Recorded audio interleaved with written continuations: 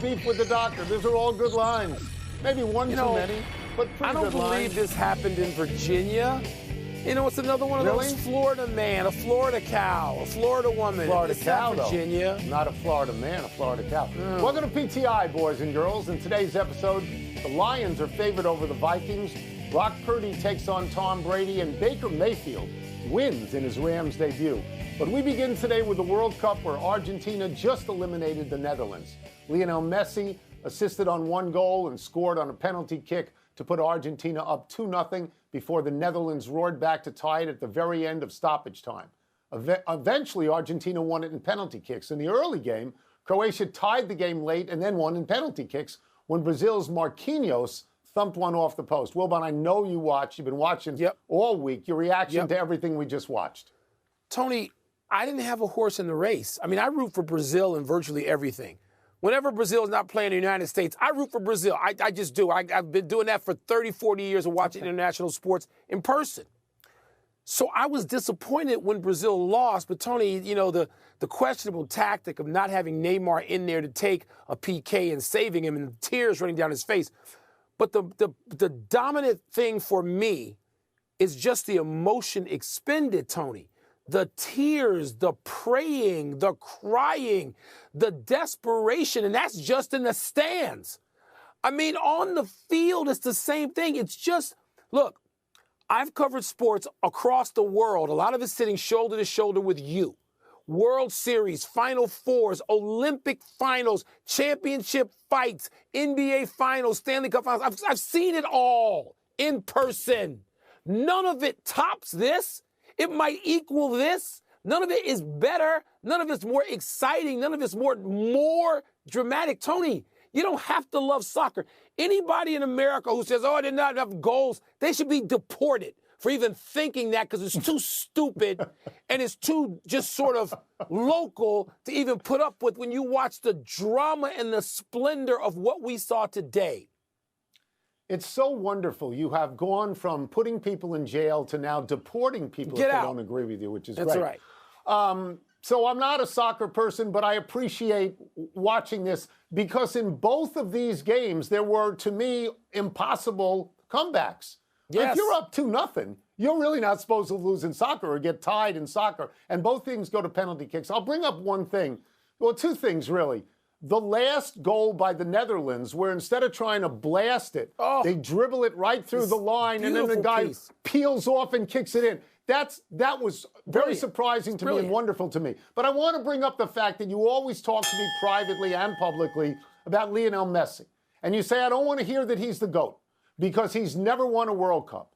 Nobody could have done more for his country than Lionel Messi did today. The most beautiful thing to me is when he's got a penalty kick, he is so casual the way he walks up to the ball. Calm. So casual. And then knocks it in. It was, even for me, that was fun to watch. It was. Tony, that was fun to watch. And Messi, I like to tweak all the Messi is God people. I do, including my son who's on that bandwagon. I'm texting him during the thing saying, if your boy goes out, if your boy goes out. Well, he didn't go out. And he was brilliant. No, he didn't go out. He was the best player probably on the field. He had the assist. He had the assist. He was just great on the first goal. So I have to eat it at least until the next game. But I mean, England, France tomorrow. I swear to God, if you are doing anything else other than watching France and England, I will come and find you and stuff you back in your house in front of the TV. No, have the police deport me. Have them deport me. I'm giving you an extra chance. If I'm doing that. Giving you an extra chance. Thank you. We move now. All right, enough of this. We move now to the possible resurrection of Baker Mayfield's career. After being waived by Carolina on Monday and claimed by the Rams on Tuesday, Mayfield practiced with the Rams on Wednesday and then led Rams to a dramatic comeback victory on Thursday. Wilbon, does this feel like a moment or potentially something bigger? It's a moment. It's the biggest moment of anybody's life who's not named like Brady or Montana. Come on. I mean, seriously. I don't watch Thursday night games. I'm boycotting streaming. That's a personal thing. But I happened to be in a restaurant in Scottsdale last night, Steak 44, I'll drop that name. I'm sitting in there and I'm watching because I'm faced with a 70-inch flat screen, so I got to watch it. And I'm watching Baker Mayfield. I'm like, this guy is off the street. He's been there 48 hours. He can't know any of the terminology. Football players like to talk about the terminology. He can't know any of it. He goes 95 or 98 or whatever it is with no timeouts. Come on. This is a lifetime thrill. When he retires, he can think back. I don't care. Tony, what's going to top this? Maybe if he does the same thing in a Super Bowl. Tom Brady gets 50 of these. Nobody else gets that many lifetime thrill for him. No, you're right. So the word you're looking for is verbiage. They love to say verbiage in football camps. Verbiage. We get that. Okay. So Baker Mayfield goes 15 of 20 in the fourth quarter. He leads his team on 2 touchdown drives. The last one, as you correctly say, is an 8-play drive covering 98 yards without timeouts. And that is, as you are saying, that's Tom Brady land. I know that you've hated Mayfield for years and made fun of him, but you got to give it up. This was a remarkable performance. Does it mean something for the future? I don't know. But I'll say this. This is what I thought about. We talk a lot about Kyle Shanahan and Sean McVay as offensive geniuses. And I don't begrudge that because I think they are. We listened to Steve Young yesterday say about Baker Mayfield, if he can't get to the top of whatever he is with Sean McVay, it's on him. And the mythology about those guys is this. They create fantastically complex offensive schemes.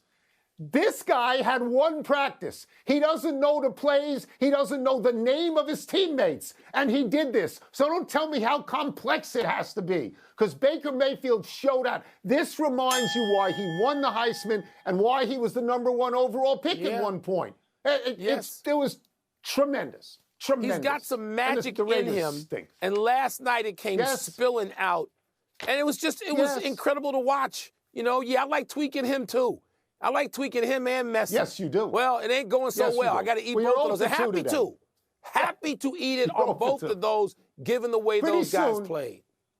Pretty soon we'll deport you if you go 0 for 3. That's fine. That's fine. Do I get the pick? Can I go to Monte Carlo? Do I get the pick? No. Let's move. No.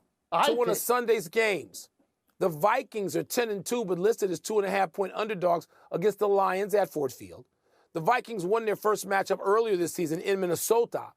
Tony, should the Lions, and of course you love talking about point spreads and all this betting garbage. I do. Should the Lions be favored over the Vikes? Absolutely not. I love talking about this stuff, although I am not a gambler, as you know, but I love talking about this stuff. Absolutely not. The Vikings are 10-2, and the Lions are 5-7. The Lions have won 4 out of 5, which is really good. The Vikings have won 9 out of 10, which is really better. There are reasons that the point spread could shrink. It's in Detroit. That's worth a couple of points at least. It's a division game. Those two tend to be closer than other games. But no, there's no way on earth. The Lions are fun to watch, and they score a bunch of points. They have the worst defense in the league. They allow 27 points a game. They're worst in yards allowed. They're worst in points allowed. So absolutely not. It shouldn't be. Now, what this tells you is that this is the potential trap game. They lure you into betting on Minnesota because they go, wow, you're going to get points and the team is 10-2. Then you put the money on Minnesota and somehow Detroit wins. Maybe that'll happen, Mike. But no, Detroit should not be favored. No. I mean, Tony, what I hate about this stuff is when people try to tie it to the football game. It ain't tied to the football game. It's just betting. It's inspired. Right. It's to shape. It's to influence who you put your money on with your bookmaker or in Vegas right there. Or now we could do this in Maryland. We could do this where, you could do it almost anywhere. Right. It doesn't have anything to do with football. Right. It has to do with betting. And so I don't – the Detroit Lions are going to win the game. The Detroit Lions, look, I watched these NFC Central games all my life, okay? I told you at the beginning, you can go back and get the tape, but I wasn't betting. I said to you in about week 6 when the Vikings were 5-1 or something like that, I said to you, the Bears are going to beat the Vikings this year. The Lions are going to beat the Vikings this year. That's going to happen. The Bears have no players left, and they're still going to beat the Vikings, okay? So this doesn't have anything to do with football. The Vikings are still going to win the division. They are having a terrific season, but they're going to lose to the Lions in Ford Field on Sunday. Well, that's the deal. Okay. That's okay, and that is the whole essence of a trap game. The Vikings were getting points at home against Dallas a few weeks ago. They lost by 37. by 37, the biggest margin of the year. Nobody trusts the Vikings. You like that? Let's take a break. Coming up, what kind of chance does Brock Purdy have of beating Tom Brady on Sunday? And what should we expect out of Tiger Woods and the match? So, Miranda, I didn't even know there was a the match until I talked to Charles and he said he was in Florida. What is that? I have to tell you that the soccer was thrilling. It was thrilling. It was thrilling. I don't want it every week. Time for Wilbon and me to get down and wordy. What's first? Brock Purdy's chances of beating Tom Brady on Sunday are blank. They're pretty good. You see what I did there? Pretty good, right? You like that. Look, Tampa Bay's a bad team. They're 6-6, and 2 of those wins are Brady miracles against the Rams and against the Saints. They have the worst offense in the league, Mike. They average 18 points a game. I don't want to get carried away with the destruction of the 49ers because Jimmy Garoppolo isn't playing anymore. All right? Kyle Shanahan puts a quarterback out there, asks him to manage the game and let his defense win it. And he gives a quarterback enough stuff on offense that if he's pretty good, he's going to score a lot of points. Purdy was, I think, 25 of 37. I mean, I have watched Cooper Rush. I have watched Bailey Zappi. I have now watched Baker Mayfield win in these games. Why would I bet against Brock Purdy exactly? I won't. But my word is child's play, though, Tony. This is Willock. Purdy was a child. All of Brady's career, he's been a child. And he grew up in somebody's backyard or in a gym or on a field at his high school, going down the field in his head as a kid. I'm going to beat Tom Brady. I mean, I did this. You did this. I don't know who you beat. I was beating the Packers and Bart Starr when I was a little kid. This is what you dream of. This is why you're attracted to sports in the first place. It's not because of analytics. You want to go down the field and beat the people that you hate or admire. And so Purdy wants to go down the field and like child's play and be. And by the way, Tampa's got the worst offense in the division. They're beatable. It's the worst. They're beatable. They are. 18 points a game. I think I said that. Do you pay attention to this show? No, at my age, I wanted to beat Abner Doubleday at my age. What's next? Tomorrow evening's edition of The Match should be blank. My word is on another time. Put it Christmas evening. Or it should have been Thanksgiving evening. I always thought it was on holidays. That would be, I don't understand why it's today. And I always thought Phil was involved. What happened to Phil? Oh, wait, I know what happened to Phil. Yeah. He tubed his entire career.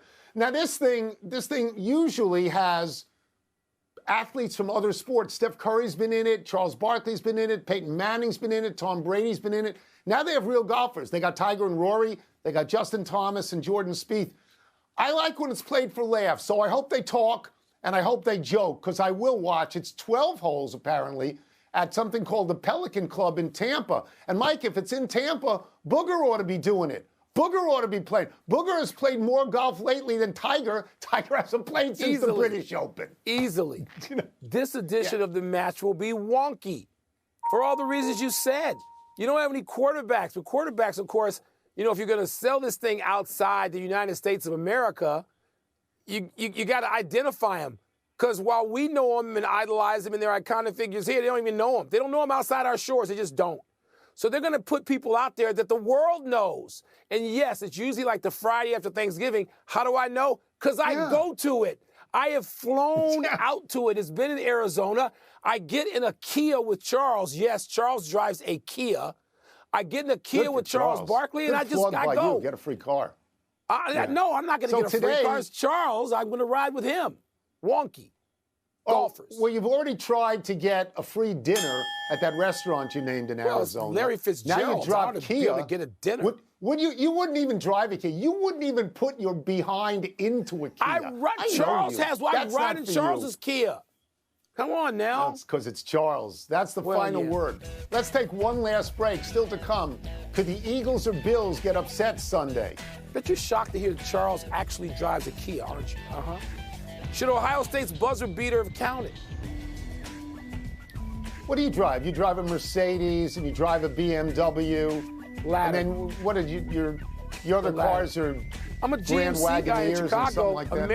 American Really? car in Chicago. Got so many cars. Acadia. So happy 30th birthday on Sunday, Malcolm Brogdon. Brogdon is a Wilbon favorite going back to his days at the University of Virginia. As a second-round pick by Milwaukee, Brogdon was Rookie of the Year in 2017. The Bucs traded him to Indiana, where he averaged 21 points and 6 assists his first year there. Down the road, Indiana traded him to Boston for 5 players and a number 1 pick. Currently, Brogdon is backing up Marcus Smart at point guard for the Celtics and playing 23 minutes a game. Brogdon leads the NBA in three-point field goal percentage with 49.4, and he's shooting 50% overall from the field. Brogdon is averaging 14 points, 4 assists, and 4 rebounds, and he is likely to be mentioned for 6th Man of the Year. Tony, you're totally right. I love Malcolm Brogdon. I got a chance to talk to him the other night before the game in Phoenix, and he seems perfectly cast as a Celtic. You know, it just seems like the place for him to be. They love him, his coaches, his teammates. He loves them. And if you could do a teammate of the year, not just 6th man, it may be Malcolm Brogdon. They made a smart acquisition in getting him in the offseason. Happy anniversary, Walter Payton. This is posthumous, but on this day 38 years ago, Coach Mike Ditka had the Bears' legendary running back play quarterback for a series against the Packers after the third-string quarterback, Rusty Lish, fumbled for the 4th time. Aside from 175 yards he gained rushing, Payton completed 1 of 4 passes and had 1 intercepted. Late in the game, Payton threw a 2-yard touchdown pass to Matt Suey on a halfback option play. This is the game Wilbon referenced last week, though Payton didn't actually start. In his career, Payton threw 8 touchdown passes, the most by a non-quarterback since Frank Gifford's 14. Tone, I know it's generally accepted, and I have always accepted Jim Brown as the greatest player in NFL history.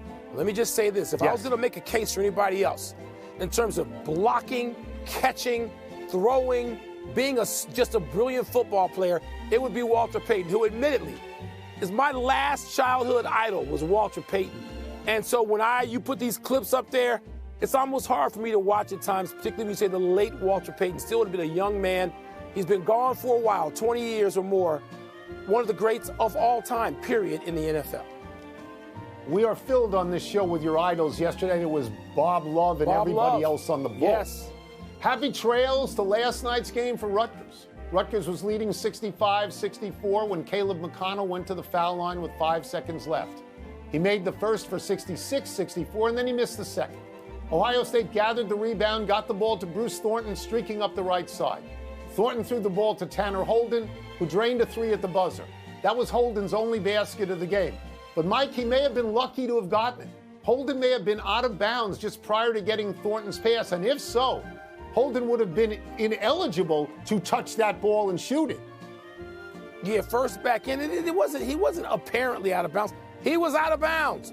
He took several steps out of bounds, and so they just missed it. There's no replay for that, I don't think, in college basketball. I don't even know if there should be, but you hope somebody sees it because it affected directly the outcome of the game.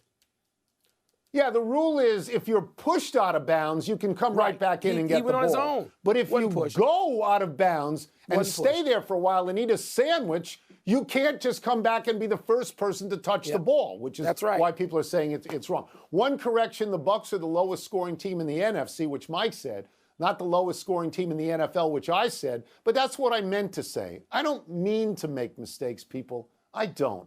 Let's go to the big finish. Music. The Ravens are at the Steelers on Sunday. Do you like Mike Tomlin to win his 3rd in a row? Yeah, if Lamar Jackson's not going to be out there, then I like the Steelers. If Eagles at Giants, Jets at Bills, you smelling an upset in either? I'm not really. I'm not. I mean, I think the Bills are poised for a big game. If I had to pick one, I would pick the Giants, but I don't know. I don't like either of their chances. The Suns are at the Pelicans tonight for the lead in the West. Who you got? I know it's early. I know the Suns are right up there with the Pelicans at the top of the West, but I'm a little worried. A little worried about the Suns right now. I think the Pelicans wind up winning, decisively. The Leafs scored 3 goals in 66 seconds as Toronto beat the Kings 5-0. You impressed? So you worried about the Suns Yeah. because they were down 45 Yeah. to the Celtics the other night? Yes, You yes, ought to I'm be worried. worried about that. I'm worried. Am I impressed? Toronto's good this year. Toronto, I believe, is third in the East and maybe third overall in terms Toronto of was points. good Last last one. year. Army-Navy game tomorrow. He got in the Army-Navy game. I don't have a horse in the race, but I live in the same state and close, like within 30 minutes of Navy. I wind up rooting for the Naval Academy. Is that good enough reason? They're my neighbors. Can you live with that? That's fine. I'll just say this. There is nothing more thrilling than when the cadets and the midshipmen march in. Nothing more thrilling. True. Fabulous. We're out of True time. We'll try and do better the next time. I'm Tony Kornheiser. And I'm Mike Wilbon. Have a great weekend, knuckleheads. Check out NBA Countdown from right here in LA at 7 Eastern. Jalen, Stephen A., Malika, me. And now here's Sports. Are you going to have anybody deported if they don't love the soccer? Yes. I mean, are you going to try to